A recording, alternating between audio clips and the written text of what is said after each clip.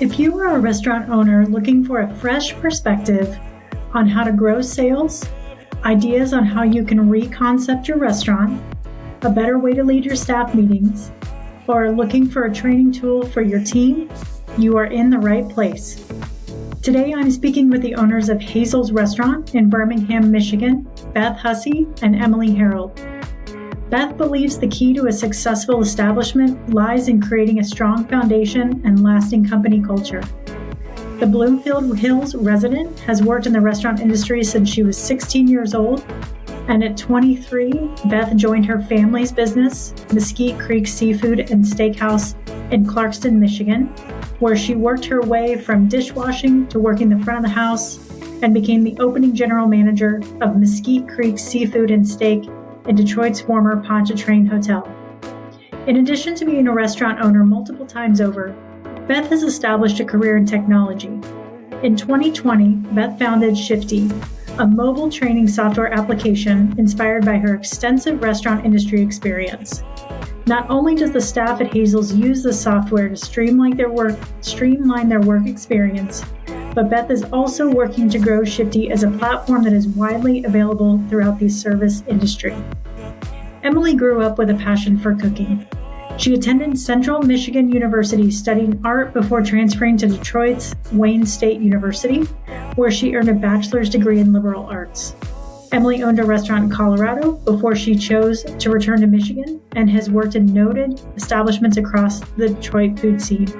She was the opening and executive chef at One-Eyed Betty's and later Pops for Italian in Ferndale, where she first worked alongside friend and colleague Beth Hussey. During that time, Emmele also competed in and won the 2013 Detroit Burger Brawl, where she earned a solid reputation for crafting the best burger. She and her culinary team also competed in the Las Vegas World Food Championships in the burger division, finishing 4th out of 50 competitors. By 2016, Emmele had expanded her role to include Pops for Italian and earned an invitation to compete on the Food Network's Guide Grocery Games. She finished the final round in 2nd place. In this episode, we will cover such topics as an example of how a themed restaurant takeover successfully increased sales and led to a reconcept of a restaurant who was experiencing a massive sales decline, how Beth and Emmele transitioned from being a hands-on owner to a developer of managers who met their expectations, which has opened doors for them to build other passion projects in just 5 years' time, and how they've been successful by asking managers to work just 40 hours a week.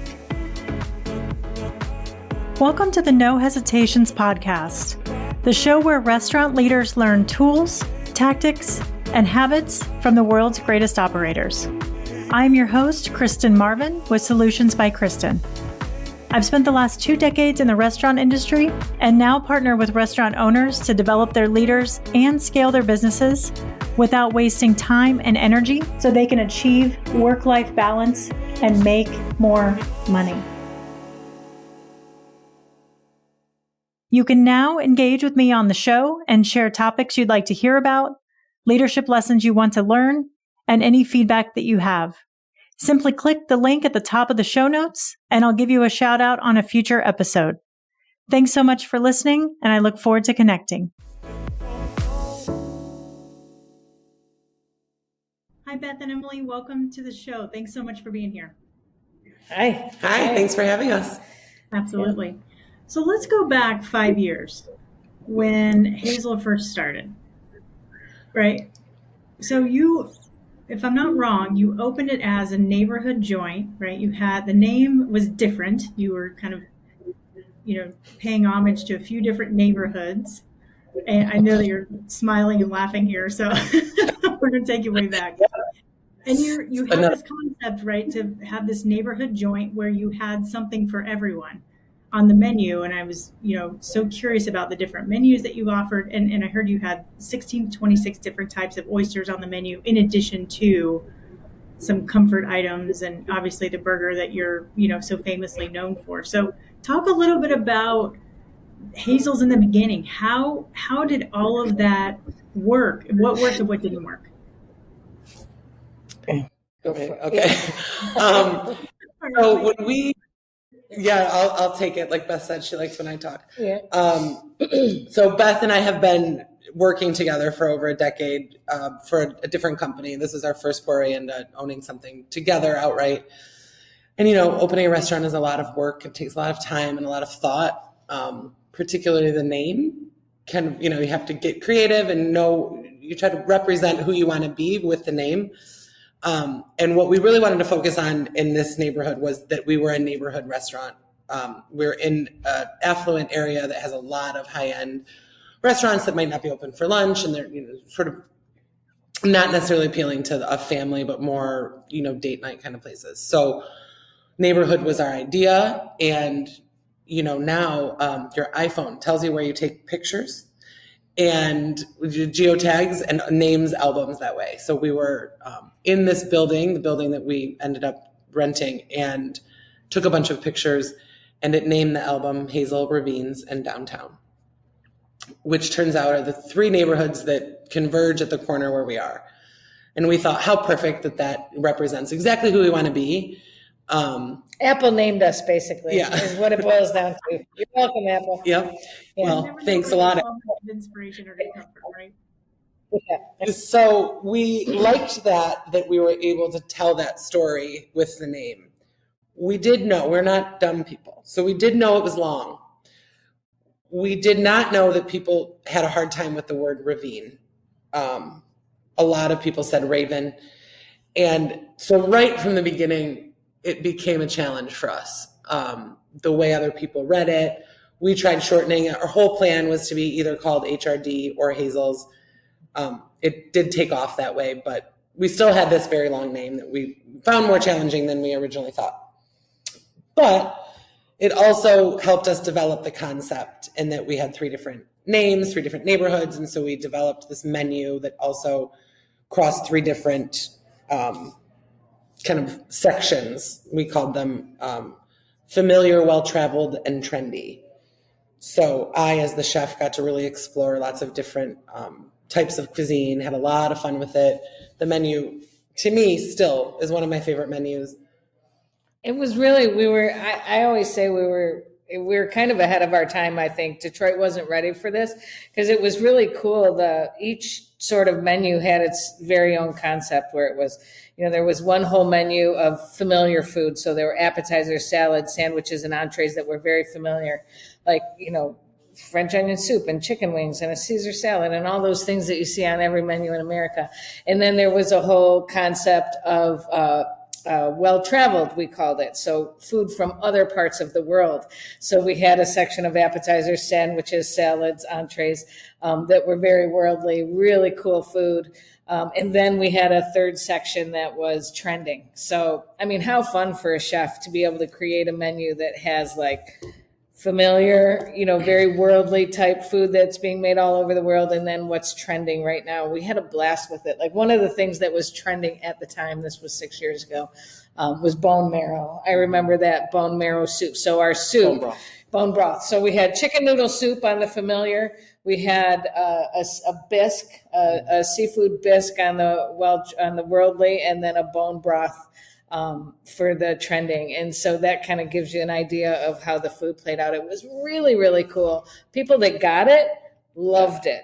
But other people came in and they're scratching their heads like, I'm confused. What is this? Yeah, they took it a little too far. They thought we were three different restaurants inside the same building, and it just became this thing that we didn't mean for it to become. We wanted it to be just three parts of a menu, but people were like, which one's Hazel's? It just...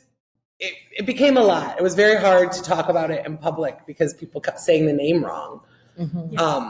And every time they did.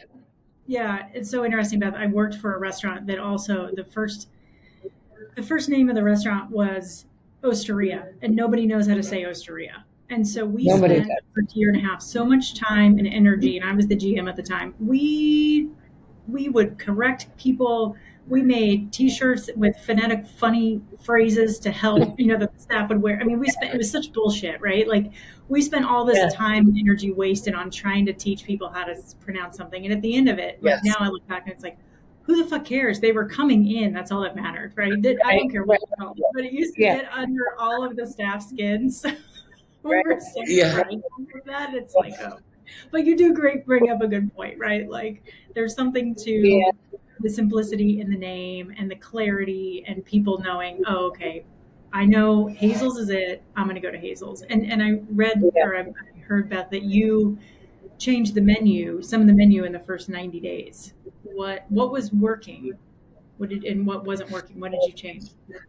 So I think the first we kept the same menu for the first 6 months. Well, we kept the same, but we did change, a few things here and there. I mean, constantly. We're always going to, with the trending part, we would, we had to like, that was funny because we're like, what have we done to ourselves? Because the whole trending section on the menu, we had to like, last thing we could do is like have last month's trend, right? So we had to keep adding to the trending part. It was really cool. That concept got to play out on the drinks too, like wine and cocktails and beer. So it was really cool.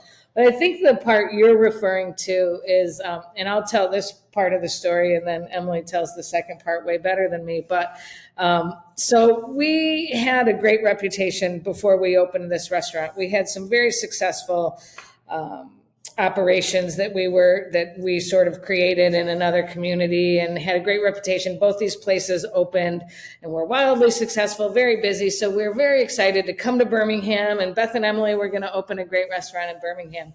And so we opened, and it was great. We opened in the holidays and it was busy, and people that knew us from the other community came to see us, and people that understood the tricky menu concept loved it. Other people were confused. So things are going good, not great. So we weren't experiencing the kind of like success that we had together in this other community. So we're okay. We're struggling. We're fighting. It's our own skin in the game now, right? And we're kind of going through. We're getting further and further behind in debt.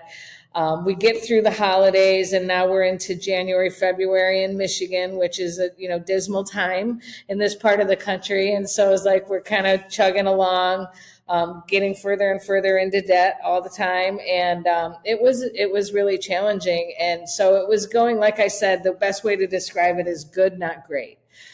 So we were just barely keeping our heads above water, and then and we're about to sink, really, is what it felt like on any given minute. And then all of a sudden, one day around spring, our sales took a nosedive, and it like our sales dropped like almost 40%, like overnight. We're like, what have we done? Like it was terrifying.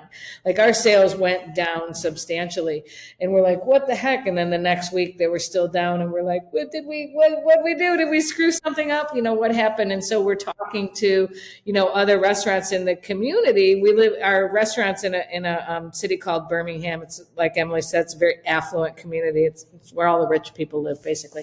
And so the restaurants we talked to other restaurateurs, and they're like, oh yeah, no, don't worry. This is just spring break in Birmingham.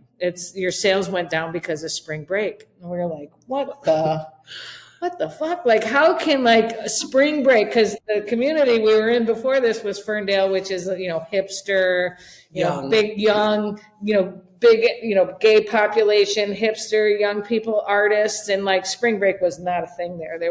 People weren't going on trips and things like that. So, and spring break in Birmingham was sadly not just 1 week, because you've got the Catholic schools, the private schools, the public schools. So it's like spring break, which you think of it as being a week, was really more like a month or more. So our sales like went way down, and we kind of got through that, and our sales went back up to the very average place that they were before. And we were like, holy shit, what are we gonna, we're staring down the barrel of a summertime coming up. And if spring break can have that kind of an impact on our business, when summer hits, we're in real trouble, because we're in Michigan, which is this land of the lakes. We're not on a lake. We don't have a patio. We live, in Birmingham. So all in Michigan, people go up north in the summertime. So in the summertime, if you're not on a lake, you don't have a patio, you're going to struggle a little bit. And so we're like, we're in big trouble. So we kind of put our heads together. We're like, well, we could just, sit around being sad about, why we're so slow in the summertime, or we have to do something. Because honestly, at that time, it's funny because, Emile's the chef and I'm the one that kind of is running the business end of things. So I'm like looking at the books and like knowing that if we go through a rough summer, we're not going to make it's going to be rough. We're not going to make it through. Honestly, I don't think we would have made it if we didn't do what we're about to do. So we had a really cool oyster program. At the time, we were ordering oysters from small oyster farms on both coasts. We were ordering direct. They were overnighting them to us. So Emmele would call the oyster farmers. What did you harvest last? Send me that. We had a really cool oyster program. So we're in Michigan. People love lobster in Michigan. I'm like, we're trying to think of ways we can bring people from outside of Birmingham to the city. We knew that would be the only way we could get some business. So we're thinking, should we do a special? Let's do a lobster dinner. People in Michigan love lobster. It's hard to do. The only place you can get lobster in Michigan is at really, really fancy restaurants because it's very expensive. And it's very expensive in Michigan because we're not on the coast. So I'm like, we kind of had the idea if we could order oysters from small oyster farms on the coast, maybe we could get lobster. Like we were cutting out the middleman, so we're able to kind of control the cost. So we started with our oyster people. We asked if they knew a way we could get lobsters overnighted to us, and they thought we were crazy. They said, "No, we might be crazy." They're like, "You're not going to find anyone that will overnight you lobsters."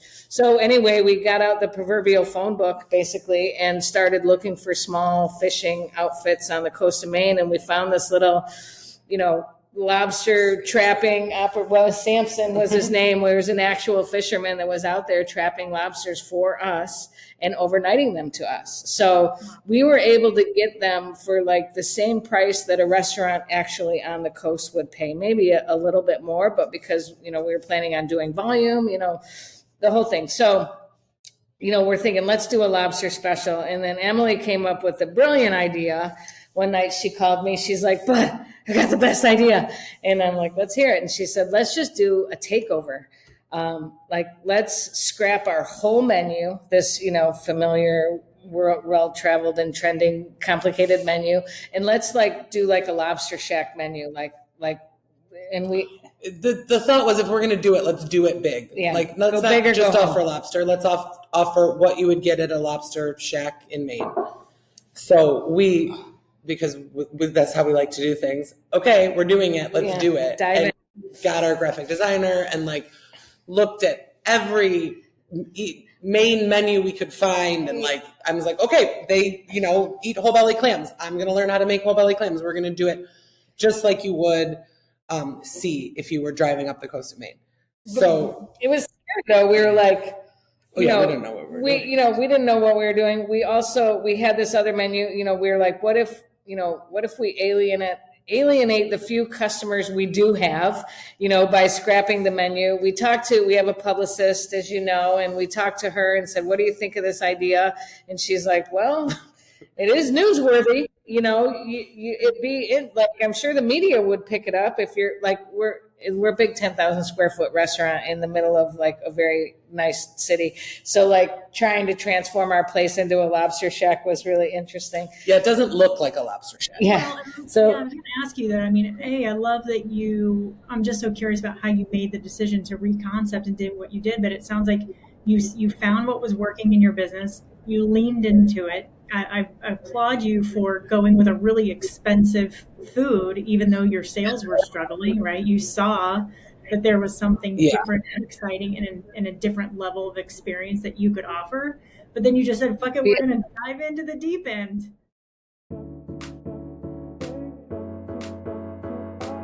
Hi, podcast friends. We're taking a quick break to address a common challenge in the restaurant industry: leadership development.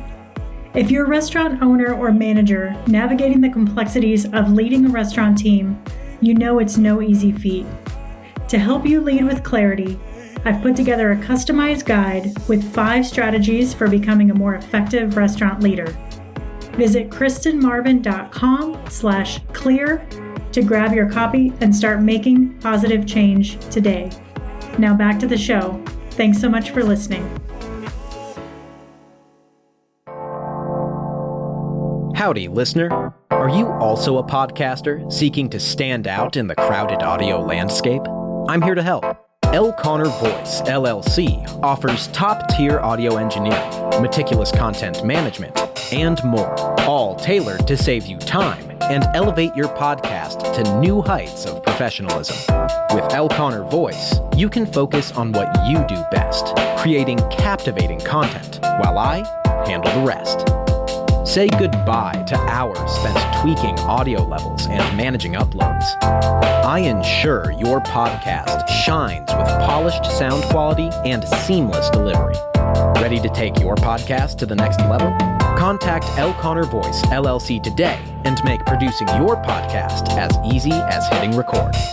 For more information, go to lconnorvoice.com. Links are in the episode notes.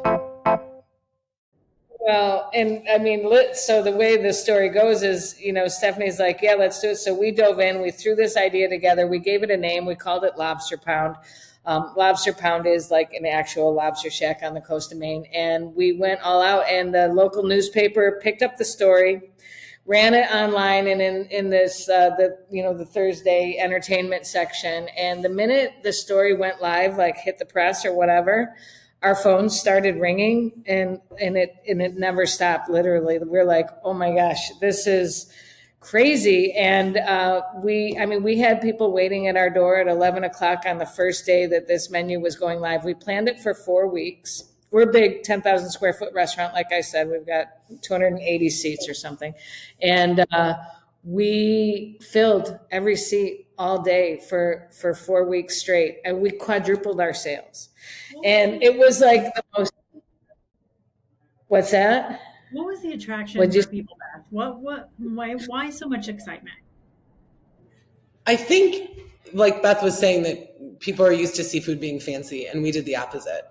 You can get really good quality seafood, very fresh, things that you don't see.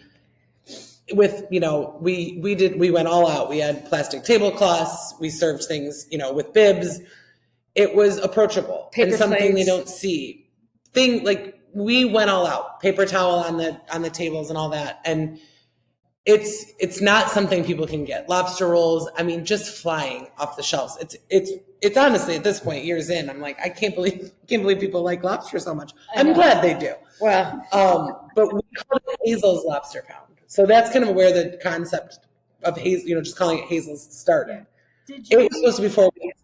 Yeah, Sorry, go ahead. Did you guys, 10,000 square feet of space is a lot. Did you do anything to change the decor in addition to kind of changing the table setup, or did you just say, we're going to leave it as is, give this a shot, see what happens? Yeah, at first we just left it the way it was because we were in no position to do any form of redecorating financially or, with any time frame. We didn't have any time. It was literally, tomorrow we're turning it into this thing. But so anything we could buy on Amazon, Yeah, and let it be like a lesson for anyone listening. I mean, like we put, red and white checkerboard vinyl tablecloths on the table, which was not an expensive thing, but it had an enormous impact. I mean, an enormous, and even like on the street, like you could see these tablecloths now from the windows on the street, where before you didn't even know there was a restaurant here. So little things like that, little changes like that had an enormous impact. It was like, in their minds, we transformed the restaurant. And it was so cool. The buzz was so cool. There was so much engagement on the internet about it. And like I said, that, there was a line out the door all day, every day. Our reservations were booked, quadrupled our sales. Restaurateurs and people were coming in and looking around, scratching their heads going, how the hell did you do this? Because like most promotions are like, half off pizza or kids eat free. You got a discount like to bring the people in. We raised our prices substantially and people were coming in and spending the big bucks for, an expensive lobster roll, an expensive lobster, but doing it in a casual way. So it was so cool. We planned it for 4 weeks. At the end of the fourth week, we were still turning people away because, we were so busy. Even on, Sunday, Monday, Tuesday, we decided, I was so worried about it, but we decided to extend it for another 4 weeks. And I thought for sure it would go down, but it didn't. So for 8 weeks straight, the sales were like, way up. We totally got out of debt. we paid we paid every ounce of money that we owed anybody, got totally out of debt, and it was amazing. But when the Lobster Pound was over, it was like, party's over. We went back to our old menu. Wow. And our employees, our customers, our vendors, everyone was like, you girls have to do more takeovers. That was so much fun. Do more, do more, do more. And Emmele and I were like, hell no, because if we can look forward to like that happening every summer, then that's going to save our butts. Like, we're going to make people miss it. Can't wait till summer, till they do the lobster thing again. And we're going to just leave it at that. And so, we ended the Lobster Pound. It was like fall, right? So we go through fall, we go through the holidays. Our sales went way back down to that very average or below average spot. And, people are constantly begging us, do takeovers, do takeovers, do takeovers. And finally, we're like, okay, fine. Well, we were afraid we were going to screw everything up if we tried another takeover. But we decided, let's do another takeover. We developed an idea. Michigan loves Florida, right? Everybody in Michigan loves Florida. And the reason we did lobster in the summertime is because lobster was in season. So we decided what crustacean is in season in the winter, and it's stone crab, which comes from Florida. So we developed this really cool, Florida themed takeover. We called it the Crab Trap. Emmele got to develop all these fun. She actually went to Florida and did a bunch of R&D. Got to develop some really fun, like Florida themed menus. It was as though you were walking into like a beach on spring break when you came to Hazel's. Like, we, frozen drinks and plastic cups and gumbo and alligator and grouper and all kinds of cool stuff. And we did the same thing. Published this, did a press release. The newspaper picked it up, and sales went right back up again to that same spot they were with the Lobster Pound, and stayed that way. With this time we planned it for 8 weeks, and it was awesome. So by the end of that takeover, we were like, I guess this is who we're supposed to be. Yeah. So by the end of that, we had decided in those 8 weeks that we were ready to do it always, basically live. We called it a constant state of takeover, because at that point we weren't really ready to reconceptualize financially the name and everything that goes with that. But we started doing research to do 4 different menus. Got on a plane and went to Baltimore and drove down the coast for 8 days, came home to COVID. So we were ready, but then we got shut down. So we did have a lovely little break, and were able to conceptualize, what we wanted to do with these takeovers in that break, and came out of it ready for lobster. And then the next year is when we started doing 4 a year. And in that, with COVID and with some lovely help from the government that we took advantage of, we were in the position to spend the time and the money on a full reconcept, because what we did really was listen to what people wanted. And wanted Hazel's. They wanted, we called it Hazel's Lobster Pound, Hazel's Crab. Like, Hazel's had become the name with these takeovers. It was so much easier. It still feels like a neighborhood name. It is still a neighborhood that we're in. But it rolls off the tongue much better than the old one. Yeah. Good for you. I just am so inspired that you took something small like a promo and experimented with it, and then just leaned into it even more. I love the connection between Michigan and Florida. We have a very similar thing happening here in Arizona, where we have the snowbirds that come from, a lot of people come from Chicago and come down here. So for any Tucson restaurants that are listening to this, I hope you can take some good nuggets of wisdom away from this. This is just awesome stuff. So talked about the menu, talked about the concept.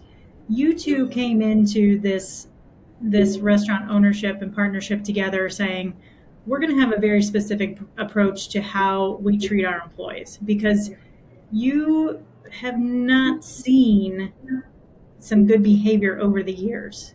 What's your approach?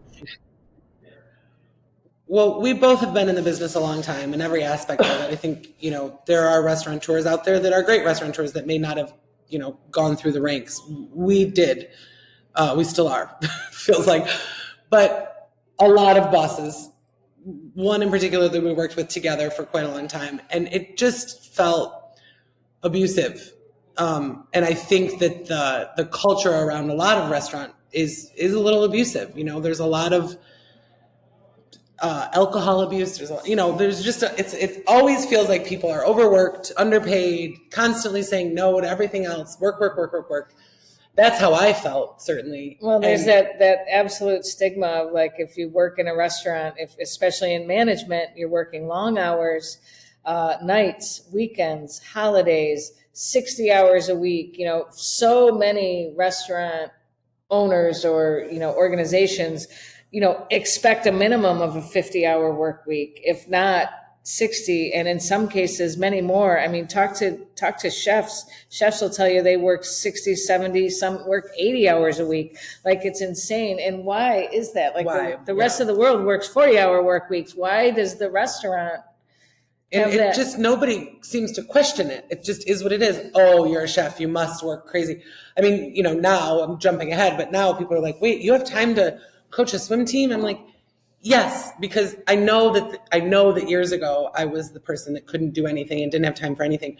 But I'm not that person anymore. I want to have a life outside of this building. And I want that for everyone who works in this building. We want that, not just because we're owners and have developed something that is allowing us to step away a little bit, but anyone who works for us, we want to be able to have a work-life balance that isn't this, weird stigma of overworked. And as it turns out, the customers want that for us too. Yes, they do. Which is, it's such a cool thing. So yeah, and when Emmele and I, when we decided, finally we never knew we could like open our own restaurant. We thought we'd have to have some big money man behind the project or something. It never dawned on us that we could do it ourselves. Just ask somebody for money. And we, like a bank, we did. And turns out we had a great reputation and a really great track record, and the bank couldn't wait to give us a loan. So, we had to put some money in and all that stuff, but it, all of a sudden here we are. So we we sat down and we're like, we believe we can do it differently. Like, if we're, this is finally our chance. It's our own restaurant. We're not under someone's thumb, and we can call the shots. And we basically decided we are not going to, we're going to expect 40-hour work weeks out of our managers. We say 40 to 45. We're big proponents of like, our managers have a job to do, right? So in addition to making sure every single guest has the most amazing experience, which is not necessarily an easy task at all times, they have responsibilities, and we're big proponents of work smarter, not harder. So, I have found, and I've always said this, like, if you look at those restaurants that are forcing their managers to work 50 and 60 hours, if you really look at those 50 hours that they're working, the majority of those hours are not productive hours. They're actually not doing anything. And so they're basically getting paid to be in the building, like, hating it. Yeah, hating it. Yeah. So we're like, you've got a job to do. Yes, we have to have coverage. There's got to be a manager on the floor at all times. We got to be taking really good care of the employees and really good care of the guests. But beyond that, you've got a list of responsibilities. Get your work done and go home. Work smarter, not harder. We even set up a program where any hours they work beyond 45 hours, and we said 45, just build a little buffer, but any hours they work beyond 45 hours, we would pay an additional hourly rate on top of their salary. So if there was something going on, like the holidays, or we had big parties, or we were short-staffed and someone called in sick and they had to work, at least they were compensated for it. And we felt that was really important because, a lot of people will offer you a job and say, oh no, it's only 40 hours or it's 45.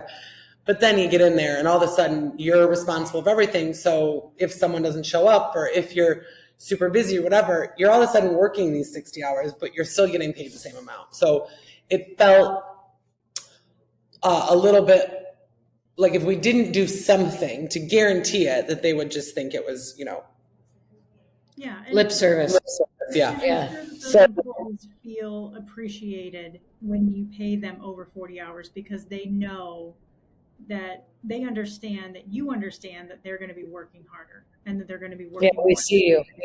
Yeah. And in the beginning, we did it a little bit. We paid, it was an opening of a restaurant. People worked more. And so we paid them extra money on their checks. Now we don't, not because we don't want to, not because we won't, but we don't need to. Because they never work. They never work more than 40 hours. Yeah, well, they have a hard time getting their 40 hours, and that's fine with us. As long as, as long as the guests and the employees, we're big. Our motto is we want the managers to treat the employees like their guests, right? Like we want the employees to treat our guests. So their job is to serve the employees. So our employees and our guests have to be having a great experience, and you get that way with the right management coverage. So as long as that's happening, and that's an easy thing to measure, right? We know, believe me, if our employees are unhappy, they let us know. And yeah, so it's really great. We've got very happy guests. We've got very happy employees. And it's just working. It works really well. You mentioned last year that average employee turnover was a month and 26 days. And for you all, it's 2.5 years. So this is clearly working. Yeah, according to the National Restaurant Association. So that's a real number, that in the United States, the average amount of time that a worker stays at a job is less than 2 months. It's 1 month and 26 days. And that, we've got real live data to pull for in the almost 6 years that we've been open. And it's been a few months since I've checked it, so it's actually probably longer now, but 2.5 years is the average amount of time that our employees stay with us. They don't leave once they start. If they leave, it's because they're having a baby, or they're moving, or they graduated and they are going into their careers. It's a very transient industry, but thankfully, we've been able to really have a good, strong core employees that stay with us. Yeah, and you two were in position, right? Emmele, you were running the heart of the house. Beth, you're running the front of the house. Did you start with this management philosophy out of the gate, or how has that kind of grown in order to get you two out of position? Because you have a few managers, right? We do. Yeah. We basically have 4 managers, 2 front, 2 back, and then some key employees who have been with us since the beginning. But the positions, I think what happened, the managers, we have one manager, the kitchen manager, has been with us since we opened. The rest of them, we have sort of cultivated into the right ones. We've lost some managers that just weren't working out. And I think at the beginning, that was happening a lot. You don't know what you're doing, and you got to kind of weed out some people. So for sure then we were working way more because we, of course, want to be here, but also needed to be in order for people to see how we wanted it run. And over the years, we have found the right people for the right jobs. And now that they're here doing what we've asked them to do, we didn't really change anything we asked. We just found the right people who are willing to do it. And they've all now been with us. I think our newest manager is 2.5 years. So it just, same amount of things happening. And actually we're busier and the sales are double, but just with the right people. And we're not afraid to say, this isn't the right fit. We love our employees, but not all of them are going to be the right fit. And we will quickly just eliminate those positions and say, this isn't the right fit for us. So now we have not just management, but all of our staff from top to bottom fits with us. And if they don't, and they come in and they're filling a role and they're not working, we'll step in and do the job until we find someone who will fit that role. It's so there's so many restaurant owners or operators out there that have the complete opposite approach. It's they won't, there's not enough smallwares, there's not enough, glassware, there's not enough silverware, there's not enough people, there's not enough, everything they do, they make it really, they're really saving, think they're saving money. But in my opinion, they're just making it very hard for your employees to do the job that you want them to do, and you want them to do it well, I assume. Why would you make it difficult for them? I don't know where I was going with this, but somewhere. Well, I think that it was really smart. Yeah. It's because these people, listen, if they didn't like their job or if they weren't making money, they wouldn't work here. We're not foolish enough to think that if they were coming in and making $50 a night or $100 a night, that they would work here that long. They might love us, but they're not going to stay. if they came in and didn't have the tools they needed to do their job well and make their money, they also wouldn't stay. So what we've been saying just in the last few months, we said, I think that we're here to provide people with really good jobs. Like if that's all we're doing, we're paying ourselves a salary. We're not sitting here. Well, now we are. But really, we're not making hand over fist because we're willing to spend the money in order to make this a really good place for not just the guests, but the employees. So we're buying what they need. We have an app that they write every day. I need you to order this. I order it. It's there the next day. We're giving them a really good place to work. So in turn, everyone makes more money. Yeah. And you're so right. There's so many operators out there that have the mindset of, I'm paying this employee 60 grand or 70 grand or 80 grand. I expect more. I expect them to work so much, and it's not working, and it's wrong. And it's a really nasty old habit that has got to change because it's not working for the industry.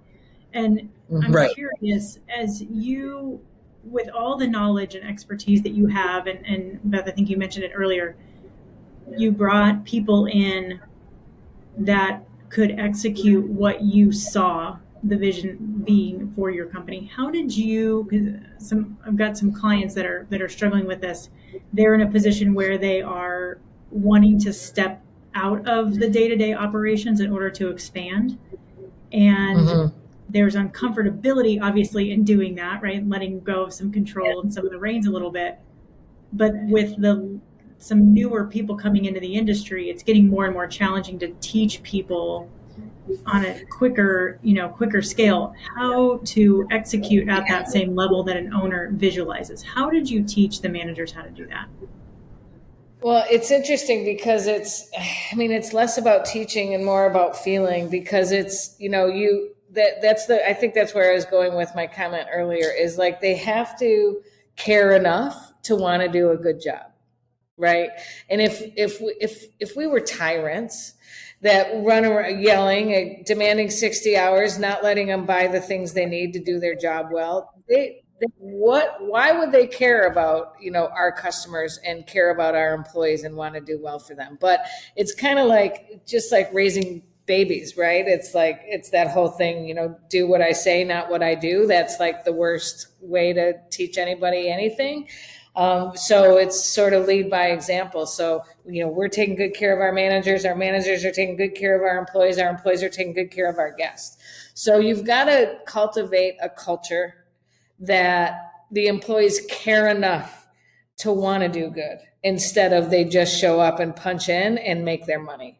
I think that, if I may, sorry. Yeah. I think part of it is listening to them as well. Like these people have all been in this business a long time. We're not plucking people off the street who've never managed a restaurant. I would love to train them right up from the bottom, but they have ideas, right? They have thoughts, and we listen to them. We will always be a phone call, a text message, whatever away. And when they say things, we're like, oh yeah, that's a good point. That helps them enjoy their job, but it also helps create that culture where we're able to step away because we're learning from each other. And we know based on their response to our reaction that they care and that they're doing it with us, not even just for us. So to me, in order to step away, you need that mutual trust. Mm-hmm. So it's not just like, here's some systems, here's a list, make sure they're filled out, I'm going home. Mm-hmm. It's, why is there a list? Does this list need to be written down? What is the culture? Why does this list exist? The system for us is less about a handwritten piece of paper or typed out piece of paper that someone needs to check mark than the real understanding as to why we're doing what we're doing and what that means for everyone. Mm-hmm. Yeah, absolutely. And it's so important, Beth, what you said about it's a feeling, right? I hear that a lot. Well, it's hard to teach people because it's just what I feel. It's the energy when I walk into the room. And that feeling is made up of so many different aspects, right? Of verbal cues, nonverbal cues, looking at the guests, looking at the staff, their emotions, their behaviors, right? The lighting, the music, the ambiance, all the things. But I love, again, the approach of we're going to show them that we care about them and open up space for ideas so that they feel what experience we want to provide to the guests by providing it to them first, right? You're really doing a great job of leading by example. So kudos to you. Yeah. Well, here's one. It's just a really quick little anecdote, but this is one that your listeners can, it's concrete thing that they can do and take from this. This was one of my favorite stories. You do have to train them well, but staff meetings are a great example, right? Especially the front of the house. For some reason, restaurants all across the world, like they have these like all team meetings, 2 or 3 a year. It's always a big deal. And any restaurant operators that are listening to this podcast, I'm sure they're nodding their head when I say every all staff meeting goes the same way, right? Everyone shows up. Several of the people late in their pajamas and angry that they have to be there. The managers or owners stand up at the front of the room and rant about all the things that are wrong. Here's what's wrong. Here's what's got to change. You got to stop doing this. So it's a long list of that kind of thing. And then at the end of the meeting, the employees have their chance to talk. And then, people raise their hands and it's their chance to be heard. And 9 times out of 10, it's a soapbox. And they're really just talking to hear themselves talk. And they're making complaints, petty little things and all the things that frustrate them about working there. So that's the way every all-staff meeting in America goes.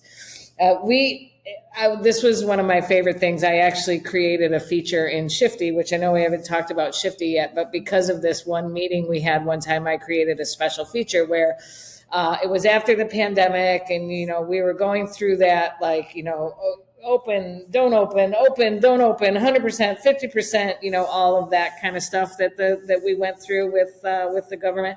And anyway, the staff was finally like, we need a meeting. It had been probably over 2 years since we'd had a meeting because we'd been through the pandemic and they're like itching for a meeting. So they're telling us we need a staff meeting. We need a staff meeting.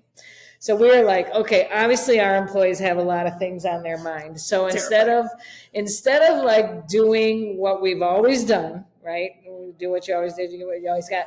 We decided, okay, everybody, we're going to have a meeting, but instead of doing it the normal way, we're going to put out a suggestion box. So we bought a red box with a slit in it, and we put some index cards, and we said, all the things that are on your mind that you want to talk about at this meeting, any thoughts or feelings that you have that you want to address at this meeting, write it down, put it in the box. Emmele and I and the management team will get together a week before the meeting, read all your suggestions and comments, and we'll come up with solutions for them. So they did that. I mean, we had a stack this big of index cards of all the things, little things that bothered the employees about, what was happening in the world of working here. And most of it was really good stuff. You're absolutely right. We should change that. Some of it was like, okay, obviously they don't know what it takes to run a business. So let's just explain why they can't have it that way. So we showed up at this meeting. We came up with solutions for every one of the things that bothered them. We showed up at this meeting and we sat at the front of the room and we read every single card and said, this was a great suggestion. Here's what we're doing to fix it. This was a great suggestion. Here's what we're doing to fix it. This was a great suggestion, but we can't fix it, and this is why. And we had this meeting. Not one person had a negative thing to say, and it was such a great feeling, and every employee left that meeting. I mean, we both got text messages after that meeting saying, this is the greatest place to work in the world. Like, we feel so heard. And it was so cool. I get goosebumps just thinking about it, but it was really cool. It was really, really, really productive, and the employees loved it and they felt so good. And we did, you have to do what you say you're going to do. That's the most important thing in life, not just in restaurants. But, we did have to put all those changes in motion, which we had pretty much already done, but we did that and the employees loved it. So it was a really great way to have a staff meeting. I highly encourage. All you got to do is buy some index cards and get yourself a little box. And it eliminates that bitch fest at the end of the meeting, and those weird questions that you're like, okay, that could have been an email. We made it that way, So yeah, that's great. And trust me, I've run many meetings like that. I'm getting cringe. I'm getting horrible goosebumps thinking about, oh shit, I put those poor employees through that. Amazing that I love that you knew that the shitstorm was coming, right? You trusted your intuition. You had a hunch that there was going to be a lot of information flowing at you, and a great way to be proactive. Do something small, be proactive, and change change the environment around it, which changed the behavior, which is great. So you, Beth, you have a very specific way of training, and you've been able to turn that into something incredible with Shifty. Talk a little bit about that. Yeah, it's really a fun story.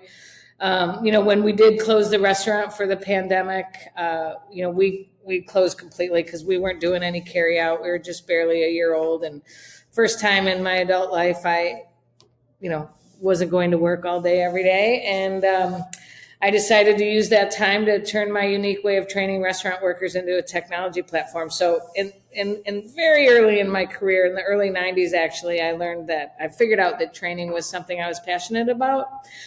It's one of my favorite aspects of the industry. There's so many aspects, and I enjoy the training piece. And so I did kind of develop a little bit of a unique way of training. It's not all that different from the way all restaurants already train their employees with, the shadow shifts or the follow shifts. Just a few added elements that make it very repeatable and very, measurable. I love technology. We use technology every chance we get to manage all aspects of our business. I was always surprised that something didn't exist out there in the world that would help me train my employees. So anyway, dove in, figured out how to get software developed, learned about tech startups, raised the money I needed to raise to get the platform developed. And we launched about 2 years ago. It's called Shifty. Our tagline is "Get your shift together." We were able to trademark that, and it's really cool. We just passed 100 locations a month or two ago, and it's going really well. It's really well received, and I cried when she passed 100. It's awesome. Yeah, it's really cool. It's just a cool platform that helps restaurants do what they're already doing to try to train their employees. It's just most restaurants, I always say, here's the way 9 out of 10 restaurants train their employees. This is one they're going to shake their heads about also. But the new employee will show up on their first day, and the manager will, if they even, forgot they were even coming, they'll have that, oh shit moment, oh yeah, I hired you. They'll stick them with whoever happens to be the best server on the floor that day. And then that server is, basically wondering what he did to deserve this punishment that he's got to train. So that's just the worst way to welcome a new employee into the team. And he, agrees to let that employee tag along, and then he'll attempt to show him the ropes, right? And so we never really know how that employee is getting trained. We cross our fingers and hope that employee does a good job training, and they might be having a good day, they might be having a bad day, but who knows what they actually taught the new employee. And then they show up again the next day, and we do the same thing, but maybe with a different server. So it's there's no real way. So what most restaurants neglect to do is to give the trainer any, materials or direction whatsoever about how to train or what you want them to train. So that I could go on for hours and hours, but it's a really cool platform. It's called Shifty, and it kind of can work for really any concept. It does come preloaded with a whole bunch of universal training that restaurants can use if they don't have any training regimen whatsoever, or they can, wipe it all out and impart their own existing training materials right in the system. So it's pretty cool. That's awesome. And what's the goal for you here with this? Was this kind of yes, I've got the time, I'm very passionate about this, but was this, let's enhance, or create a different revenue stream for the business? Is this an exit strategy for you? What's the goal? Kind of all of it. It's, Emmele and I always are we got to be working on something. We've got our restaurant running like a well-oiled machine. Our managers are taking care of the baby. So we're always kind of thinking of different things. We're doing some consulting.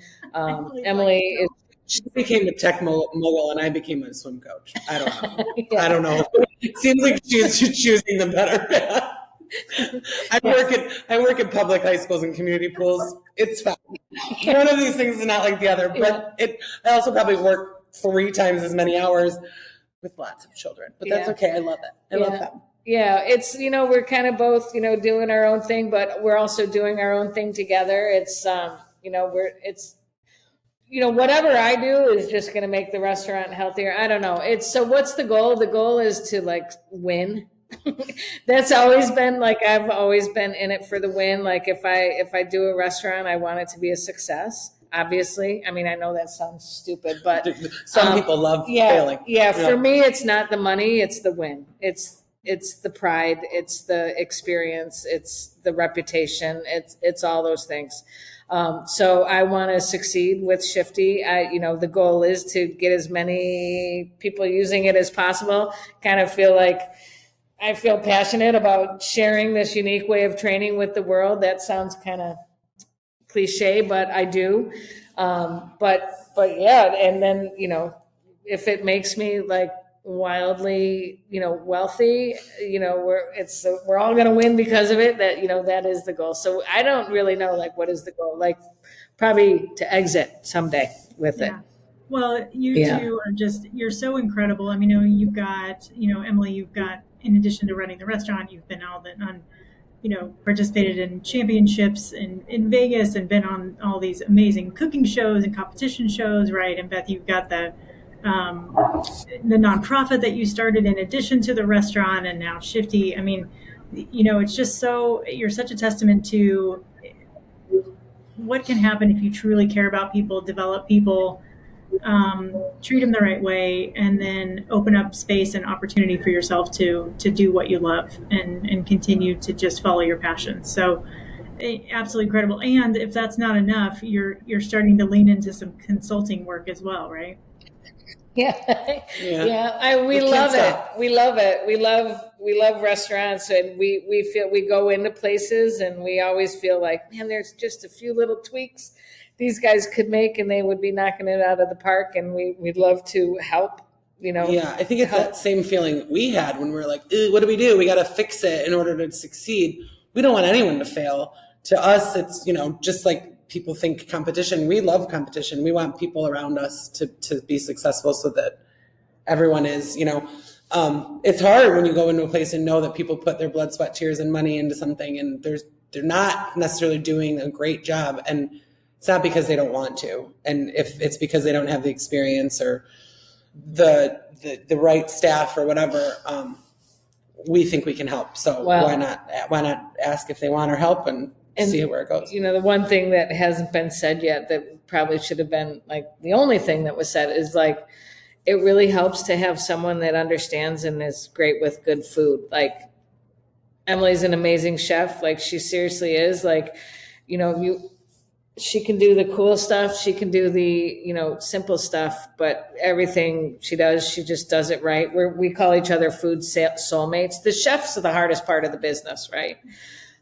So I always say, if I weren't a chef, I don't know that I would want to own a restaurant. Yeah. Like if I had to hire the chef, it makes it so much harder. Mm-hmm. So if we're consulting, we have that built in, right? I can take that chef, not just teach them recipes or give them recipes, but show them a really nice way to work. That show, The Bear, is like, great, but so stressful. Mm-hmm. And like, it angers me, the amount of yelling. And I'm like, what is this doing? It's creating this culture. It's just making it this pop culture now. And I'm like, it doesn't have to be that way. You don't have to yell at people. You don't have to throw things. You don't like, and I think it's made it, I don't know, even cooler to be that way. So many restaurant people were like, oh, that's so realistic. Or people are like, is that how it is? I'm like, no, that is not how it is in my world. No. And nothing I've ever, But I agree with you.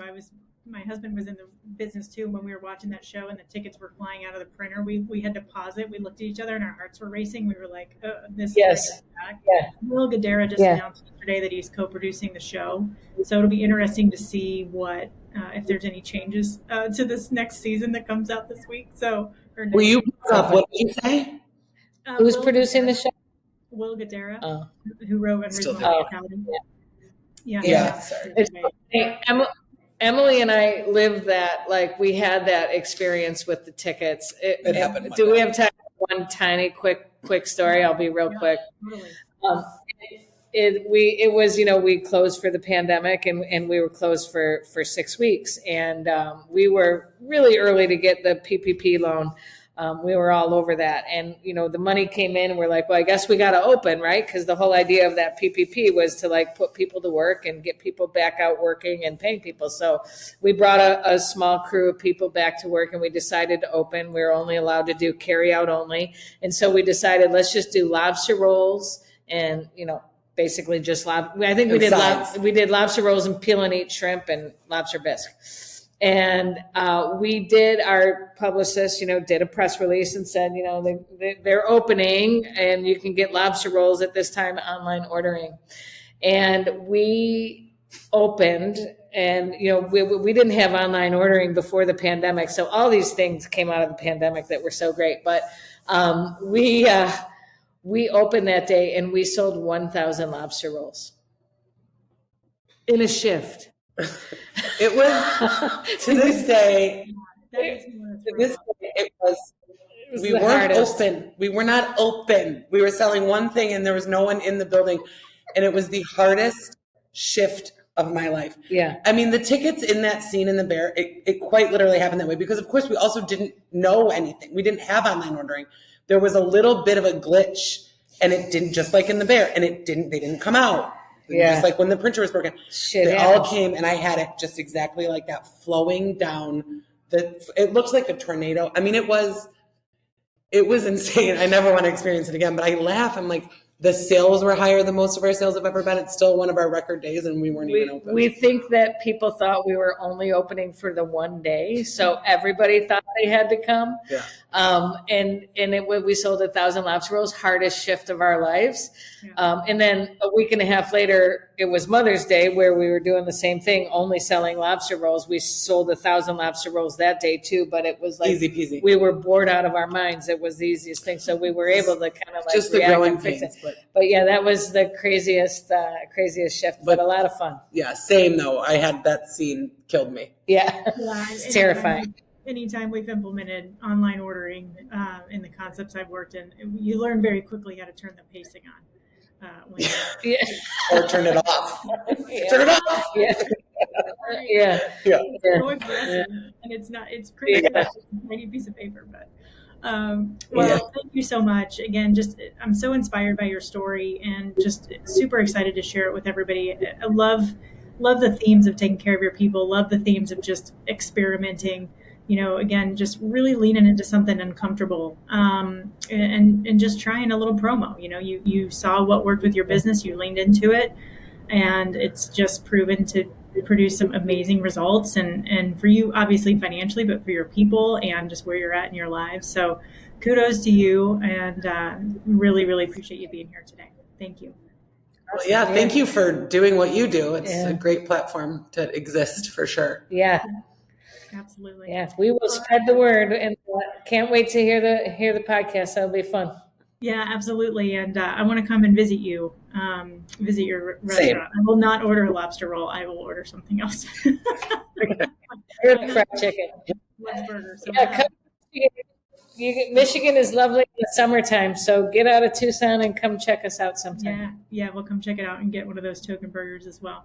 All right, everybody, that is going to do it for us this week. Thank you so much for listening, and please share this episode or this podcast with any restaurant industry people that you know that could benefit.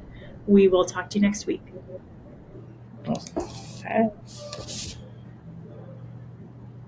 Awesome. Thank you too so much.